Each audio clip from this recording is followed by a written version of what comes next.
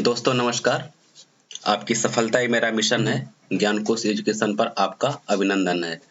दोस्तों अब आज आप लोगों को फिर काव्य शास्त्र पर 20 प्रश्नों का श्रृंखला लेकर के आया हूं और जो भी बहुत ही शानदार प्रश्न है। इसके पहले जो आप प्रश्नोत्तरी आप देख रहे हैं, यहाँ से जो प्रैक्टिस सेट देख रहे हैं वो लाजवाब तो आपको लग ही रहा होगा और यह प्रैक्टिस सेट और भी लाजवाब है। जैसा कि आप जानते हैं कि हम एक आचार्य को उठा रहे हैं तो उनसे संबंधित जितना प्रश्न बन सकता है वो सारा प्रश्न एक ही साथ आपको मैं दे रहा हूं ताकि आपको नोट्स बनाने में, तैयारी करने में कोई ज्यादा दिक्कत न हो। चलिए आइए हम लोग शुरू करते हैं प्रैक्टिस सेट नंबर 8। ठीक है ना। इसके पहले अगर आप वीडियो न देखे हो तो आप उस सभी प्रैक्टिस सेट को और भी बहुत सारे वीडियोस हमारे प्लेलिस्ट में है चैनल के, आप वहां जाकर के देख सकते हैं। चलिए हम लोग शुरू करते हैं। पहला प्रश्न है, वक्रोक्त संप्रदाय के प्रवर्तक कौन आचार्य माने जाते हैं?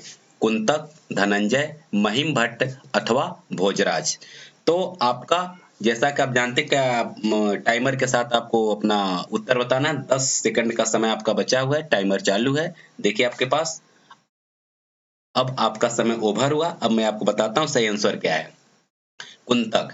तो वक्रोक्त संप्रदाय के प्रवर्तक कौन माने जाते हैं? तो कुंतक माने जाते हैं। ठीक है। चलिए हम लोग दूसरा प्रश्न देखते हैं। कुंतक कहाँ के निवासी थे? उड़ीसा के, या फिर कर्नाटक के, या फिर बंगाल के, या कश्मीर के? ठीक है ना। अब आपका टाइम चालू है। आप देख करके अपना आंसर लिख कर रखिएगा और फिर मैं आपको आंसर बताऊंगा। लास्ट में आप हमें अवश्य कमेंट करके बताएंगे कि आपका कुल कितना प्रश्न सही हुआ। इससे आप स्व मूल्यांकन करके और अपनी तैयारी मजबूत कर सकते हैं। ठीक है। तो चलिए अब मैं बताता हूं आंसर। ये कश्मीर के निवासी थे। कुंतक कहाँ के निवासी थे? तो कश्मीर के निवासी थे। तीसरा प्रश्न, 10वीं शताब्दी का उत्तरार्ध किस आचार्य का समय स्वीकार किया जाता है? भोजराज का, क्षेमेंद्र का, महिम भट्ट का अथवा कुंतक का? ठीक है ना। अब आपका टाइम शुरू है। आप अपना आंसर लिख करके रखिए और जिससे समय पूरा होता है मैं आपको आंसर बताता हूँ। ठीक है। चलिए, तो 10वीं शताब्दी के उत्तरार्ध किस आचार्य का समय स्वीकार किया जाता है? तो डी, आपका ऑप्शन होगा डी, कुंतक। ठीक है। चलिए हम लोग अगले प्रश्न की तरफ चलते हैं। वक्रोक्त जीवित किसकी कृति है? धनंजय की, अभिनव गुप्त की, आनंदवर्धन की अथवा कुंतक की? ठीक है। अब आप देखिए आपका कौन सा विकल्प सही है। ए, बी, सी अथवा डी में कौन सा विकल्प सही है? आप आंसर अपना चाहे दिमाग में रखिए चाहे लिख करके रखिए। अब मैं आपको आंसर इसका बताता हूँ। डी, कुंतक। ठीक है ना। वक्रोक्त जीवित किसकी कृति है? तो कुंतक की कृति है। चलिए अगला प्रश्न। वक्रोक्ति जीवित में कितने उन्मेष हैं? उन्मेष का तात्पर्य अध्याय से है। कुल कितने अध्याय हैं? 4, 5, 7 अथवा 10? कुल कितने अध्याय हैं? ठीक है। अब आपका टाइम चालू है। 10 सेकंड का समय आपके पास है। आप अपना आंसर लिख करके रखिए। तो अब मैं आपको बताता हूं इसका सही आंसर क्या है। सही आंसर है 4, यानी कि 4 उन्मेष है। वक्रोक्त जीवित में कुल कितने उन्मेष हैं? 4 उन्मेष हैं। चलिए हम लोग अगला प्रश्न देखते हैं। प्रश्न नंबर 6, धारा नरेश मुंजराज के सभा पंडित कौन आचार्य थे? आनंदवर्धन, वामन, दंडी अथवा धनंजय? ठीक है ना। तो आप बताएंगे। आपका समय चालू है, देखते रहिए स्क्रीन पे कितना सेकंड आपके पास बचा हुआ है और लिख करके रखिए। मैं आपको आंसर बता रहा हूं कि सही आंसर क्या है। तो धारा नरेश मुंजराज के सभा पंडित जो थे वह धनंजय, यानी कि option number D, D option आपका सही है। ठीक है। चलिए हम लोग अगला प्रश्न देखते हैं। प्रश्न नंबर 7, आचार्य धनंजय का समय कब स्वीकार किया जाता है? 10वीं शताब्दी का उत्तरार्ध, 11वीं शताब्दी का उत्तरार्ध, 9वीं शताब्दी का उत्तरार्ध अथवा 12वीं शताब्दी का उत्तरार्ध? ठीक है ना। अब आपका टाइम चालू है। दोस्तों इतना आप जरूर करेंगे, कमेंट करके जरूर बताएंगे कि आपका कितना प्रश्न सही हुआ है। इससे आपका स्व मूल्यांकन होगा और आपकी तैयारी कैसी चल रही है यह भी आपको पता चल जाएगा। ठीक है ना। तो चलिए अब मैं आपको ऑप्शन बताता हूँ सही ऑप्शन क्या है। तो सही ऑप्शन आपका है ए, 10वीं शताब्दी का उत्तरार्ध। आचार्य धनंजय का समय जो है 10वीं शताब्दी का उत्तरार्ध माना जाता है। मित्रों एक चीज मैं आपको और बताना चाहता हूँ। आपके अपने इस प्यारे चैनल पर बहुत सारे वीडियोस अपलोड हैं जो आपकी तैयारी को मतलब काफी एक धार दे सकते हैं। तो इसलिए एक बार प्लेलिस्ट में जरूर जाएंगे। प्लेलिस्ट में कई फोल्डर मिला करके आपको 350 से ज्यादा वीडियो वहां मिलेंगे, ठीक है ना। उन सभी वीडियोस को देखिए और उसका आनंद लीजिए। सब फ्री ऑफ कास्ट है, कहीं कोई चार्ज नहीं है। और उसके बाद से एक काम और आप करें, इस वीडियो के डिस्क्रिप्शन बॉक्स में भी जाएं, वहाँ कई बुक्स के भी लिंक हैं। आप कई बार कहते हैं कि सर कोई बुक्स का लिंक बताइए, तो वह भी लिंक है, आप वहाँ से देख सकते हैं, पुस्तक को परचेज कर सकते हैं। उसके अलावा और भी कई वीडियोस के लिंक हैं जो डायरेक्ट आप प्लेलिस्ट को खोल सकते हैं, वीडियोस को खोल सकते हैं। तो इस तरह से बहुत सारा ऑप्शन है।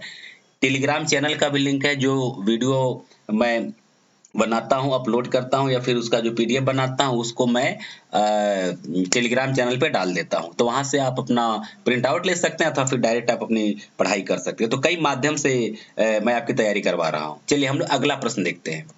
प्रश्न नंबर 8, 10 रूपक नामक ग्रंथ के रचयिता कौन है? भोजराज हैं, अथवा क्षेमेंद्र हैं, अथवा धनंजय हैं, अथवा मम्मट है। कौन है? अब आपका समय चालू है। आप अपना आंसर लिख करके रखिए कि सही आंसर आप क्या लगाए हैं। मैं आपको लास्ट में उत्तर बता रहा हूं, ठीक है। चलिए, अब आपका सही आंसर हो जाएगा सी, धनंजय। 10 रूपक नामक ग्रंथ के रचयिता कौन है? तो धनंजय है, ठीक है। चलिए अगला क्वेश्चन, आचार्य धनंजय किस संप्रदाय के विरोधी आचार्य थे? रस संप्रदाय के, या ध्वनि संप्रदाय के, या वक्रोक्ति संप्रदाय के, अथवा अलंकार संप्रदाय के? किस संप्रदाय के विरोधी आचार्य थे? आपका समय चालू है। आप बताएंगे कि धनंजय किस संप्रदाय के विरोधी आचार्य थे, ठीक है। लिख करके आप अपना आंसर रखिए। मैं आपको आंसर बता रहा हूं। सही विकल्प क्या होगा आपका? बी, ध्वनि संप्रदाय के विरोधी आचार्य थे, ठीक। चलिए आगे हम लोग देखते हैं अगला प्रश्न। प्रश्न नंबर 10, 10 रूपक में कितने प्रकाश हैं? 10 रूपक में कुल कितने प्रकाश हैं? तो 4 प्रकाश, 5 प्रकाश, 7 प्रकाश, अथवा 9 प्रकाश। कुल कितने प्रकाश? प्रकाश का मतलब अध्याय, चैप्टर, ठीक है ना। आपका टाइम चालू है। अब आप बताएंगे कि इसमें कुल कितने प्रकाश हैं।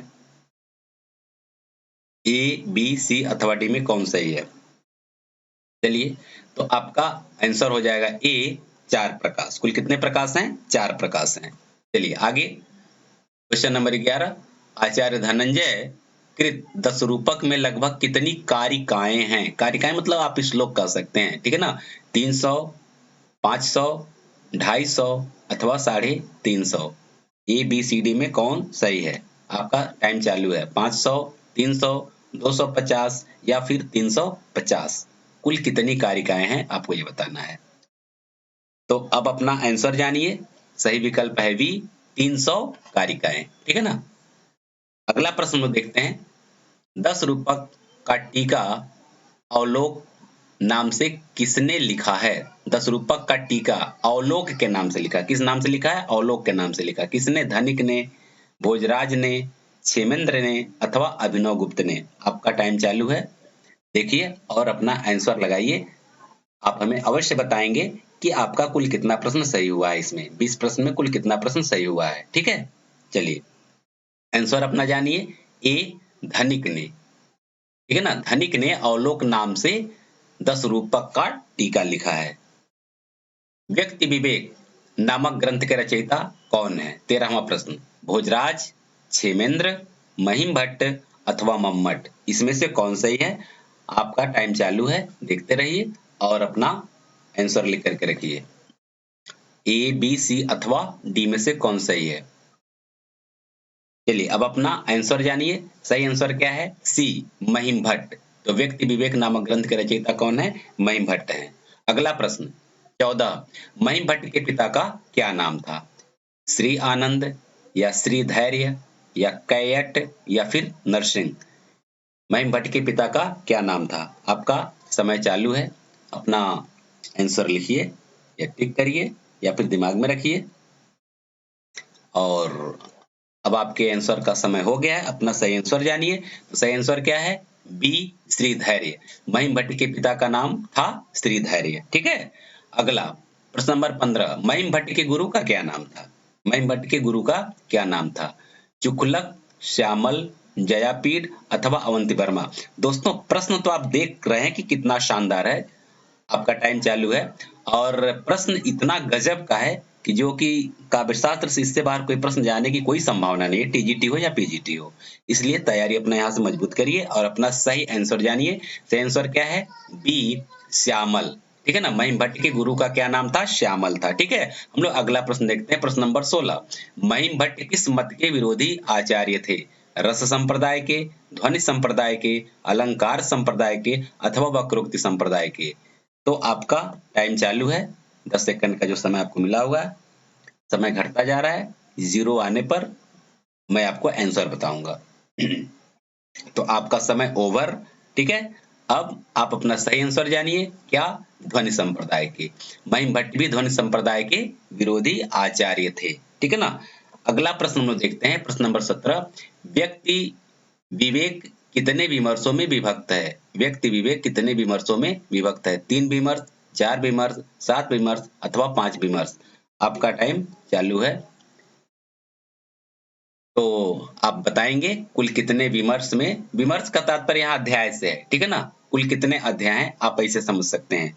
तो आपका समय ओवर हुआ और सही आंसर जानिए। ए, 3 विमर्श में। व्यक्ति विवेक 3 विमर्श में विभक्त है। अगला प्रश्न देखिए, सरस्वती कंठाभरण तथा श्रृंगार प्रकाश के रचयिता कौन है? भोजराज हैं, मम्मट हैं, क्षेमेंद्र हैं अथवा महिम भट्ट हैं।